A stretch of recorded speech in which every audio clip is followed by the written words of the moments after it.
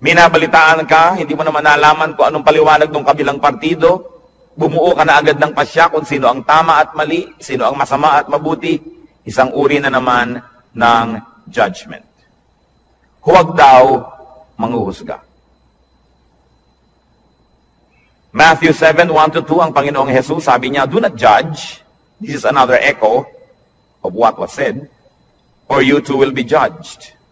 For in the same way you judge others, you will be judged.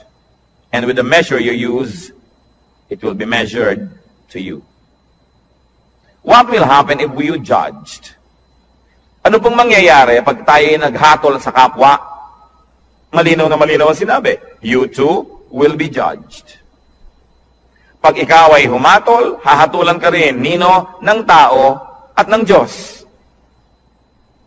Di po ba't pag may mga sinasabi sa iyo, dapat malinis ang bahay mo, dapat ganitong ginagawa mo, dapat ganyan ka, sasabihin ng iba, bakit ikaw?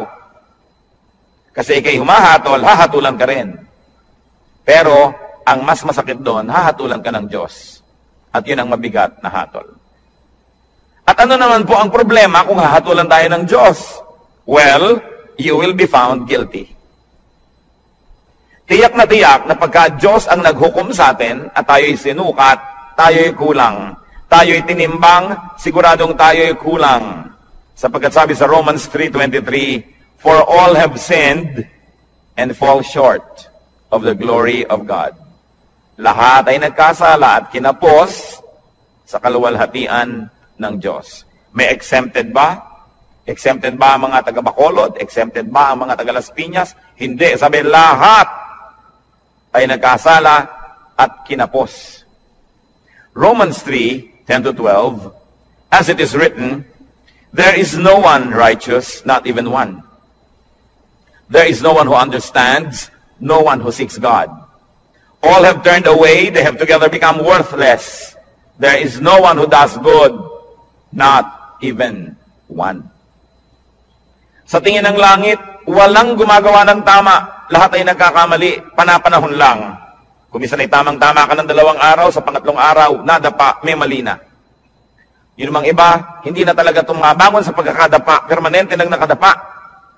Sobra nang nasanay sa pagkakasala. Wala daw nakauunawa. Pero sasabihin natin, hindi po ba may ginagawa kaming tama?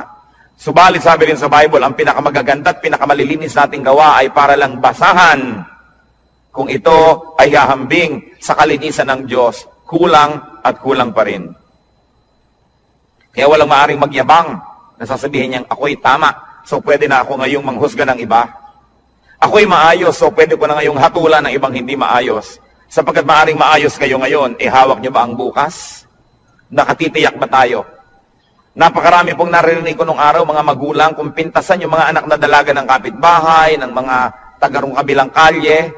Pagkatapos, kung lumaon yung mga sarili nilang anak na dalaga ang mga napapariwara, di wala na sila ngayong masabi dahil nauna na ang paghatol nila doon sa iba, sabi pa naman, kung anong panukat mo sa iba, ganun ka susukatin.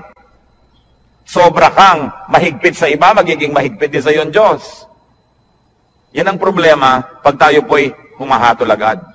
Genesis 6:5, nung nilikha ng Diyos ang tao at kutakot-takot ang kasalanan at mga kasamaan ng ginawa ng tao, the Lord saw how great man's wickedness on the earth had become, and that every inclination of the thoughts of his heart was only evil all the time.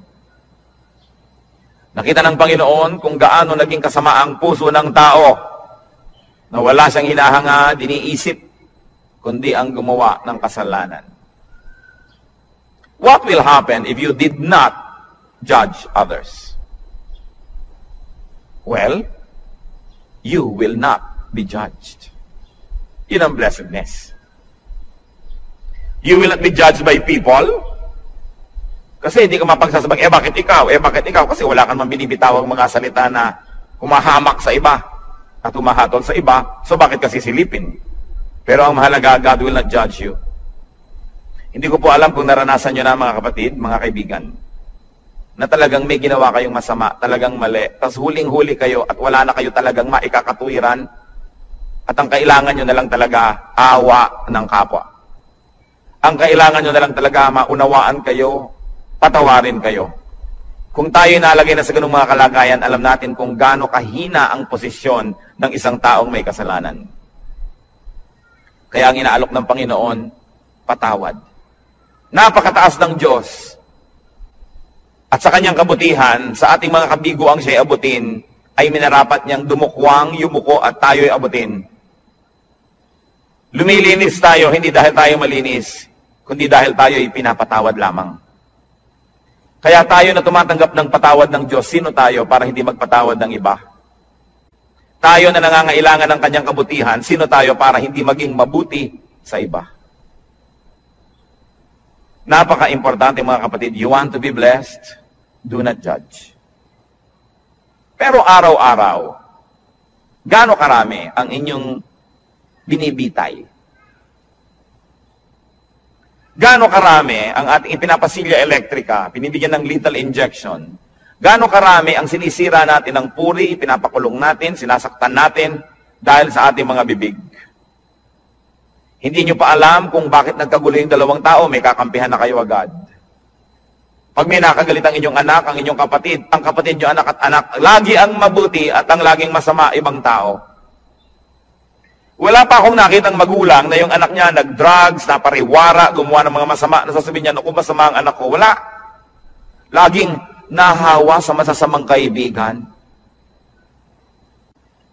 Yung mga magulang naman, nung sinasabing masamang kaibigan na yun, yun din ang sinasabi nun, ako yung anak ko na influensya lang nung kabila eh. Kailan tayo magbubukas ng mata para tanggapin ang mga kamalian, mga kahinaan natin at ng mga mahal natin sa buhay? Kampi-kampi. We judge people immediately if they cross the path of those people that we love. Kaya yang pong emosyon, madalas yan bumubulag, sumisira sa isang malinaw na pag-iisip. Nakita niyo po sa mga hukuman, bago patawan ng hukom ang isang nasa sakdal, kailangan mo nang madinig ang magkabilang panig. May saksi ang umuusig, may saksi naman ang nagtatanggol. Pareho silang bibigyan ng panahon, susuriin ang kanilang mga sinasabi. Pero tayo po ba ginagawa natin yon o napakabilis nating gumawa ng mga conclusion na mga pagpapasya tungkol sa iba nating kapwa? Remember, pwede naman kayo mag-judge, okay lang yon. Just be perfect so that you will not be judged. But as long as you have sins, as long as you have errors and weaknesses, be kind with your judgment because you will need the same kindness to be applied to you. Do not judge if you want to be blessed. Ngayon po yung verse 37 ng Luke 6 na binabasa natin, forgive and you will be forgiven. Pangalawang hakbang tungo sa pagpapala, second step to blessedness, forgive. Magpatawad. Ano po bang kahulugan sa diksyonaryo ng forgive? It is to stop blaming, tigilan na ang paninisi, or to absolve from payment, huwag nang singilin pa. At hindi pinag-uusapan dito ang pera o utang. Mabuting malinaw. Ang pinag-uusapan po dito yung mga utang sa loob, na nasaktan kita, sige na, huwag nang singilin. Nagkamali ako sa'yo, sige na patawarin. Nagkulang ako sa'yo, sige na punan. Do not collect or take revenge. Balance the sheets. Kung meron pong metro, sige na, i-return na yung reading sa zero. Huwag nang matuos. Magpatawad. Gaano po sa ating karami ang may dala-dala dito sa puso na lason? Asido, dahil hindi tayo nagpapatawad ng kapwa. Mga misis, na pinagtaksila ng inyong mga asawa once upon a time, napatawad nyo na ba? Kasi kung hindi pa kayo nagpapatawad, kahit pa nga kayo yung agrabyado, magiging dalawa ang pagka-agrabyado nyo. Kasi, hindi rin kayo patatawarin. Na bagamat hindi kayo naging taksil na asawa, maaring may iba naman kayo ibang kasalanan na iuusig din sa atin ng langit. Kaya ang nagkataon ay pare-pareho lang tayong makasalanan. Iba-iba lang ang uri, anyo, hugis, kulay ng ating mga pagkakamali. Pero kung tutuusin, lahat din naman tayo ay may mga pagkakamali. At pag hindi kayo nagpatawad, kayo nagiging bilanggo ng taong kinamumuhian ninyo. Tuwing naaalala nyo siya, nawawalan kayo ng ganang kumain, nawawalan kayo ng ganang matulog, tumatamlay kayo. Pati sa pagnenegosyo nyo, nawawala kayo sa sarili, nagkakamali-mali ang sukli. Nalulugi pa rin kayo. Ipagpalagay na minsan na tayong nalugi, minsan na tayong nasaktan, minsan na tayong nahirapan. Pero habang di pa kayo nagpapatawad, patuloy pa kayong masasaktan. Kaya sa pagpapatawad, hindi lang yung taong nagkamali ang pinapalaya ninyo, kundi ang inyong mga sarili rin. Gaano karami ang dumating ngayon dito na may kinikimkim sa puso na sama ng loob, galit, nakatanim na mga hinanakit. Sayang ang pagpunta nyo rito kung lalabas pa kayo sa pinto ng bulwagang ito na dala-dala nyo pa rin yan pauwi. Alam nyo po ba na kayo'y kinatagpo ng Panginoon ngayon, hindi ito isang aksidente, sapagkat nais niya tayong lahat palayain mula sa spirito ng hindi pagpapatawad. Kung ang Panginoong Jesus na walang kasalanan, hinampas, sinaktan, ipinako, pinagbuhat ng mabigat na troso, inalipusta, dinuran sa muka, binunutan ng bigote, sinampal, pinagsabihan ng mga masasakit na salita, sa kabila ng kanyang pagbuhay sa mga patay, pagpapagaling sa mga may sakit, pagpapakain sa mahihirap, sa kabila nun ay siya'y nagawa ng masama, subalit siya'y nagpatawad. Sino naman tayo para hindi magpatawad? Meron din naman tayong nagawang mga masasama. What will happen if you forgave? You will be forgiven. Kuminsan po, nalulungkot ako makita ang marami nating kababayang napaka-mga relihiyoso. Nagpapapako sa krus, naghahampas sa sarili, hinihiwa ng blade ang mga likod, dumidipa, lumuluhod sa munggot asin, naglalakad ng paluhod, pinahihirapan ng sarili upang mapatawad sa kanyang mga kasalanan. Hindi naman lihim ang daan tungo sa kapatawaran. Hindi sinasabi ng Panginoon na, para patawarin kita, pahirapan mo ang sarili mo, saktan mo ang sarili mo. Ano po ba ang Diyos natin? Sadistang Diyos? Na ikalulugod niya na makita na tayo nahihirapan, nagdurugo, nagpapawis ng dugo? Hindi siya ganon. Hindi hinihingi ng Diyos ang ating mga sakripisyo para niya tayo patawarin. Ang sinasabi lang ng Diyos, magpatawad ka sa kapwa mo at mapapatawad ka rin ng langit. Hindi natin kailangan gawin yung mga mahihirap na ginagawa ng marami.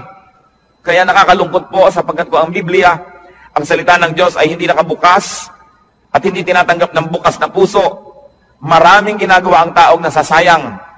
Pinipilit niya magpunyagi, maghirap. Subalit hindi naman pala yun ang hinihingi ng Diyos. Magpatawad ka lang sa kapwa. Kaya kung tutuusin, parang mapalad ka pa nga pagka marami nagkamali sa iyo Kasi marami ka rin mapapatawad. Therefore, you position yourself in the path of God's forgiveness. That's why everything that happens can be a blessing. If only you would open your eyes and see that our God is a God who dispenses blessing everywhere, every time, in every situation. What will happen if you did not forgive others? Ano naman ang mangyayari kung di kayo magpatawad? Matthew 6:14-15. Ito po ang sabi ng Panginoong Jesus.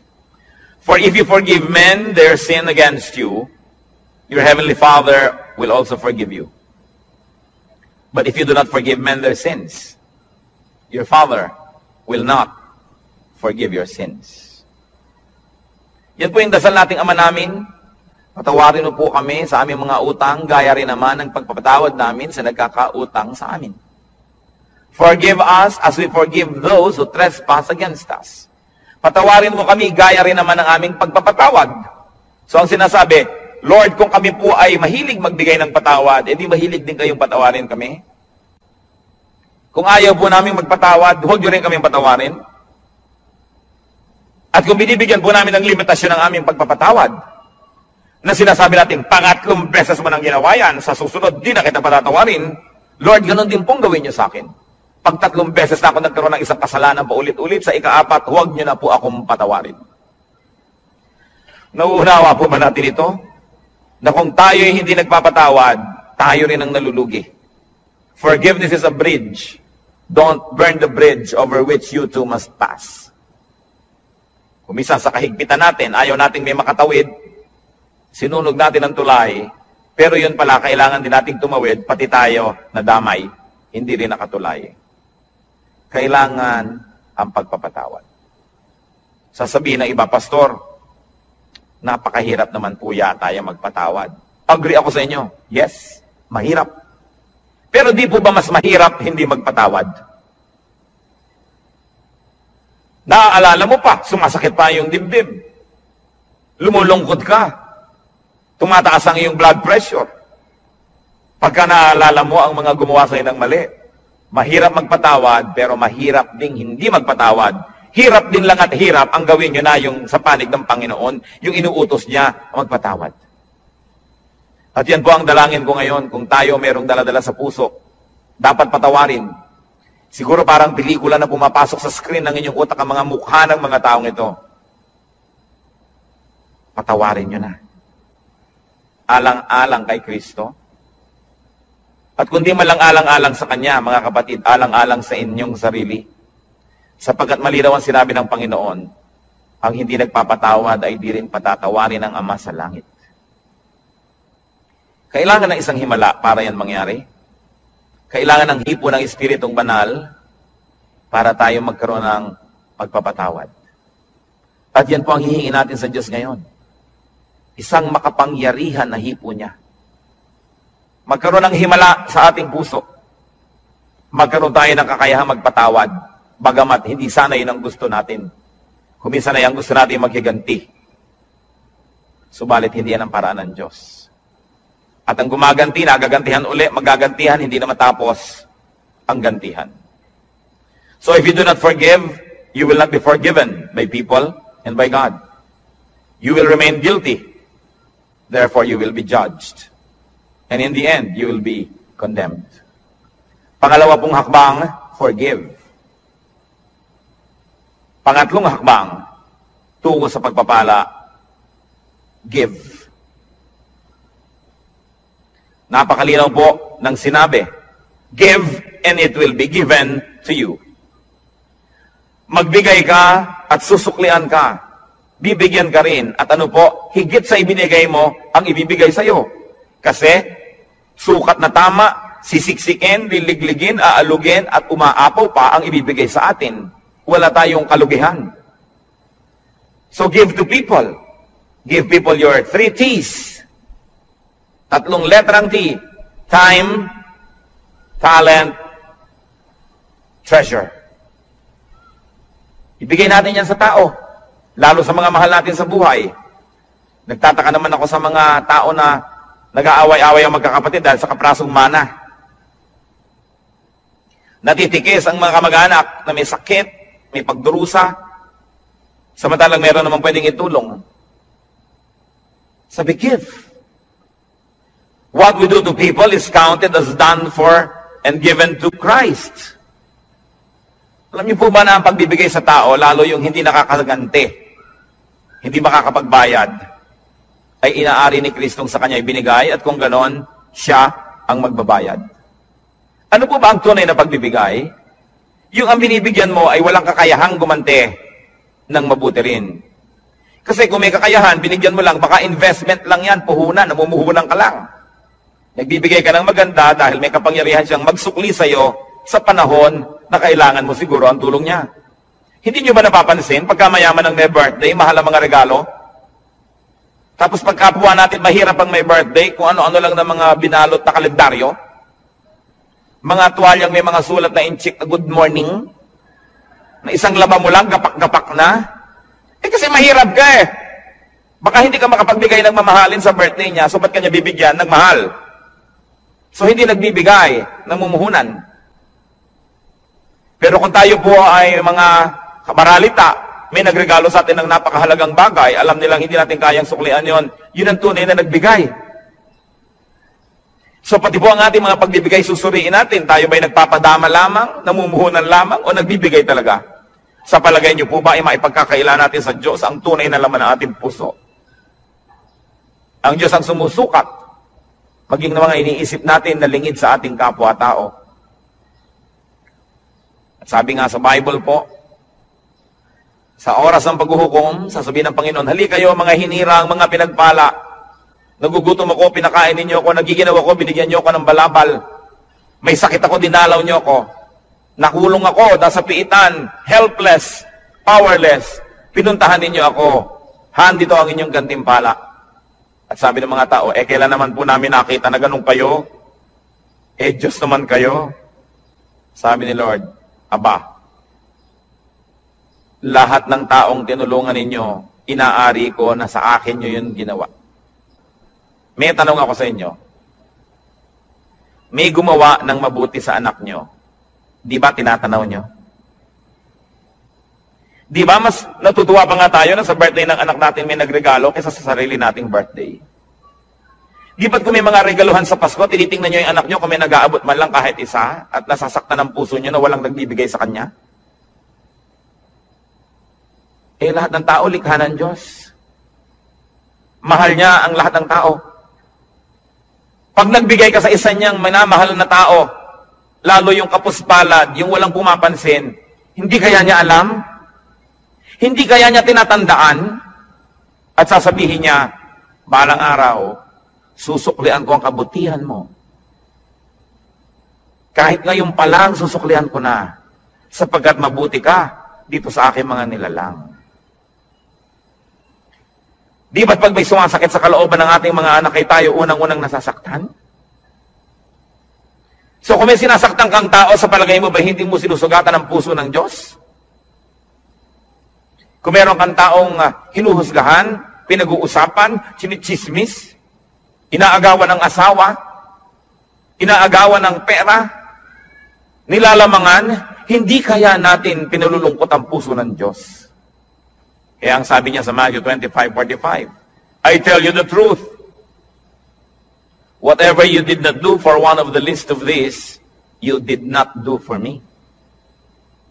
At yung kabaligtaran naman nun sa verse 40, sabi niya, whatever you did for one of the least of these brothers of mine, you did for me. Kung ano, ang buting di mo ginawa sa kanila, ay sa akin mo ipinagkait at ako ang sisingil sa iyo. At kung ano naman ang buting ibinigay mo sa kanila, ako ang tatanaw ng utang na loob na yon. Ako ang magsusukli. Lalo pangat walang nakapuri sa iyo, walang nakapansin, hindi ka binigyan ng plaque, hindi ka pinagpagawa ng monumento. Ako ang nakakaalam ng lihim mong kabutihan.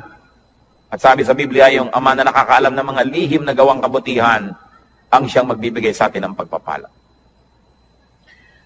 Whatever we give to people, we give to God. And if you give to people, therefore you give to God. Why will you not be blessed? Sasabihin iba, kailangan wise? Bakit ko bibigyan yan? Di ako nawalan. Yung iniipon ko ang nabawas. Gaano kahirap ba sa Diyos na ibalik ang gusto niyang ibalik? Kung gusto ba kayong pagpalain ng Diyos, may makakapigil sa Kanya. At kung ayaw kayong pagpalain ng Diyos, meron bang makakapilit sa Kanya? Kaya mahalaga po, yung kasiyahan ng Diyos ang ating inuuna.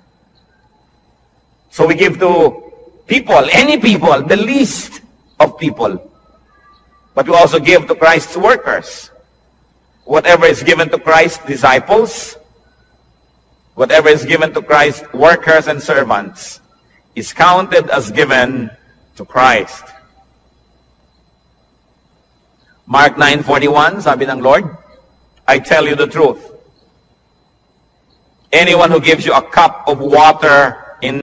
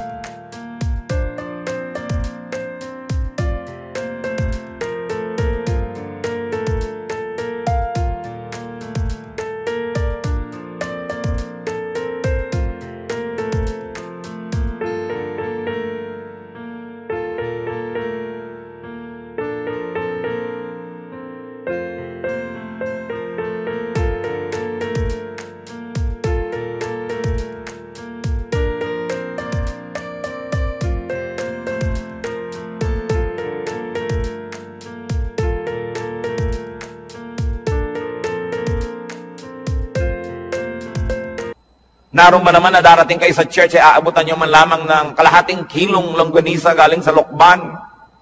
Itong pianista. Sa palagay nyo ba, hindi aariin ng Diyos yun, nasa Kanya ibinigay? Lingkod niya yon? Mag-isip-isip tayo mga kapatid, sapagkat maiksi ang buhay. Kakaunti ang mga araw at bilang. Kailangan bawat araw, meron tayong nabibigyan, may nagagawa ng mabuti. Sapagkat ang lahat ng yan ay tinutuos ng langit. Pero mas mabuti sana na hindi natin ginagawa yun dahil tinutuos, kundi dahil talaga ang puso natin ay naging makadiyos na at ang likas sa Diyos ay mapagbigay. Ganon din naman ang ibinibigay natin sa church, sa gawain ng church, inaari rin yun na ibinibigay kay Kristo. What is given to the church is counted as given to Christ because the church is His body. Sabi po ng Ephesians 5:23, Christ is the head of the church. His body, of which He is the Savior. Kung ang iglesia, ang kapatiran ay si Kristo ang ulo at ang lahat ng narito ay bahagi ng Kanyang katawan, kung may sinasaktan tayo na tao sa church, meron tayong tinitikis na gawain, may tinatalikuran tayong mga duty, edi ang tinitikis natin ay mga bahagi ng katawan ni Kristo. Pwede bang mahal mo ang isang tao, inaayos-ayos mo yung mukha, pine-facial mo, minamasa-masahe, pagkatapos, pinuputol mo yung mga daliri, minamartilyo mo yung tuhod. Pwede ba yun? Dahil si Kristo ang pinuno ng iglesia, mamahalin natin ang lahat ng bahagi nito. Pagmamalasakitan, aalagaan, tutulungan. What will happen when we give to people, to Christian workers, to the church? We receive back what we give. Siksik, liglig, umaapaw. You can never outgive God. Katulad ng mga lingkod ng Panginoon, mga pastor, mga misyonero na marami nagre-regalo, tiyak na yung mga nagre-regalo doon dahil una nang naregaluhan noong manggagawa na yun ng Panginoon. Siguro na ipanalangin, siguro yung naturuan, na bigyan ng pangaral, na bless, kaya ngayon nagsusukli. Yan ang sinasabi, pag nagbigay ka, may babalik. Ngayon, kung walang nagbibigay sa iyo, kapatid, edi mag-isip-isip ka rin. Baka naman hindi ka rin nagbibigay kasi. Because if you are a blessing to people, the same people will also be blessings to you. Because life is a circle. Pabalik-balik lang. We inhale, we exhale. Araw, gabi, dilim, liwanag. Give, receive. Yun ang buong circle. Kasi barado. Dahil ang mga ilog dito, sa dami ng bara, tanggap lang ng tanggap ng mga dumadating pang tubig, dumadating na kalat, hindi naman ibinibigay, hindi naman lumalakad, tanggap lang ng tanggap, bumabara tuloy. Ano ba ang magandang ilog? Di po ba't yung umaagos? Na narito ako, tatanggap ako, ibibigay ko. Tatanggap ako, ibibigay ko. May agos. Pag tumatanggap tayo ng pagpapala ng Diyos, meron tayong ginagamit sa sarili, may ibinibigay tayo, may agos. Pero kung sinosolo mo, ang kamay may punong-puno na ng mga luma at mga hampok at mga bilasa na mga pagpapala. Paano ka tatanggap ng bago? Kailangan kasi pag may pagpapala, ibinibigay natin sa iba, tinatanggap natin yung iba, wala ka na namang laman, bibigyan ka na naman ng Diyos. How can you inhale when you have not exhaled? So it's a matter of giving and receiving. And we receive back what we give. Kaya sabi sa Luke 6:38, give and it will be given to you. A good measure, pressed down, shaken together, and running over, will be poured into your lap.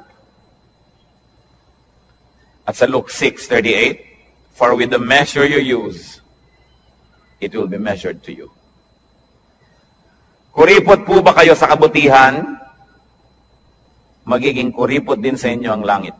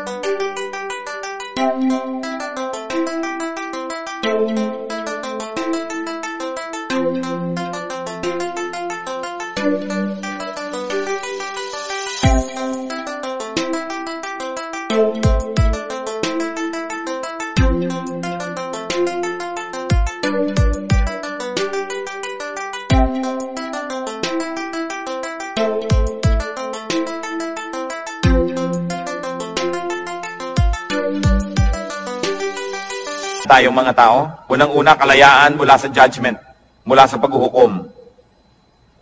Kasi lahat tayo guilty. Kailangan din nating mapatawad tayo dahil na tayo may kasalanan. At kailangan din nating tumanggap ng pagpapala ng Diyos. Simple, para ang lahat ng yan ay maganap. Blessed people, or the people who will be blessed, do not judge. Suriin natin ang ating mga isip. Watch yourself. Blessed people, forgive. Check your heart. And make it a habit to forgive. Baligtarin po natin ang ating mga kostumbre. Kasi kung minsan, ang nakaugalian na natin, magtanim ng sama ng loob, maghinanakit, hindi kumikibo, pero galit pala. Baligtarin natin yon. Sabi sa Romans chapter 12, be renewed by the changing of your mind. Palitan na ang paraan ng pag-iisip. Alisin na yung mga lumang paraan na hindi naman nakabubuti. Make it a habit to forgive. That when people wrong you, immediately, your instant reaction is to forgive. Habit yan. It can be formed. It is a learned behavior. And God can help us.